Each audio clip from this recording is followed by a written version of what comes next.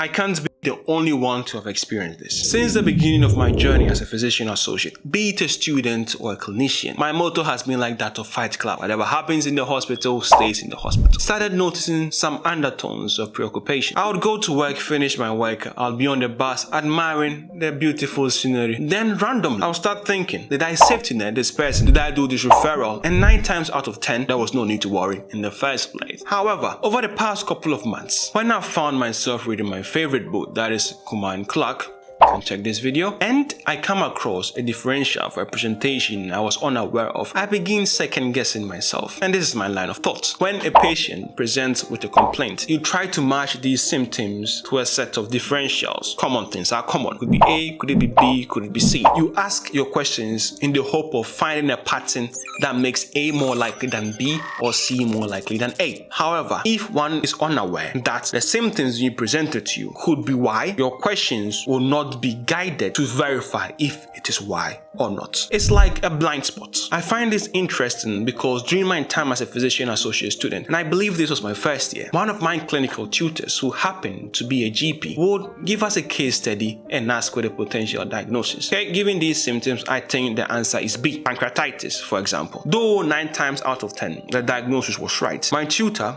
was not pleased. She wanted me to give more differentials. I didn't really appreciate what she was on about, because in my head, I've given a diagnosis and the paper says I'm right. So what is the fuss? This was the Dunning Kruger effect in full display. It's a form of cognitive bias where a person less skilled in a given domain tends to overestimate their skill in that domain. But the opposite can also be true. Let's bring it back to us. Because I had been newly introduced to medicine, the mere fact that I was able to diagnose that this was pancreatitis and I was right in my head meant this could be nothing else. My tutor, on the other hand, given her ample experience in the medical field, she knew there was more than met the eye. And I couldn't appreciate this. That is me on the left side of the graph. On the right side of the graph, you have a person who is highly skilled, doubting the fact that they are highly skilled. This reminds me of a discussion I had with a housemate of mine when I was an undergraduate doing biomedicine. The mother of this housemate happened to be a GP, and she does recount that one day she was in the car with an A&E doctor, an orthopedic, and a neurosurgeon. As they were going along their journey, an accident occurred. Her mother remarked that she was the least qualified person in that car to deal with the situation. I found it mind-boggling. I suppose her mother thought because she was a GP and there was an A&E consultant, an orthopedic, and a neurosurgeon, their skills better suited the emergency at hand than her generalist knowledge. And this is a highly qualified individual with years of experience underestimating their own skills in a given situation. And here I was, 3 months into medicine, thinking the fact that I had been able to diagnose a pancreatitis meant I knew medicine. Absolutely ridiculous. This also draws a parallel. Always as a biomedical student, when the lecturer would ask a question, in answering, I will sometimes say, we don't know if this protein in this pathway behaves like X, Y, and Z. My lecturer would look at me and say, Oti, the fact that you don't know something doesn't mean the scientific community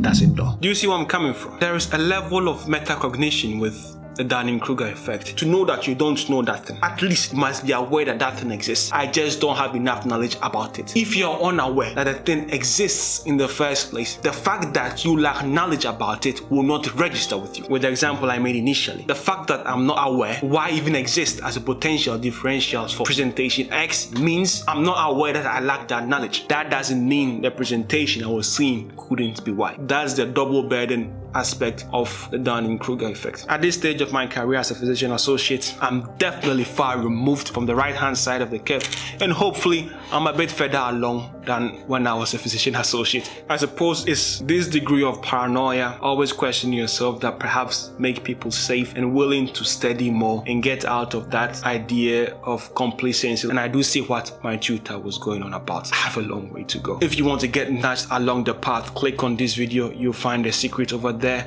or you can click on this video if you want to know more about physician associates. It's your boy Yoti, and I'm out. Salute!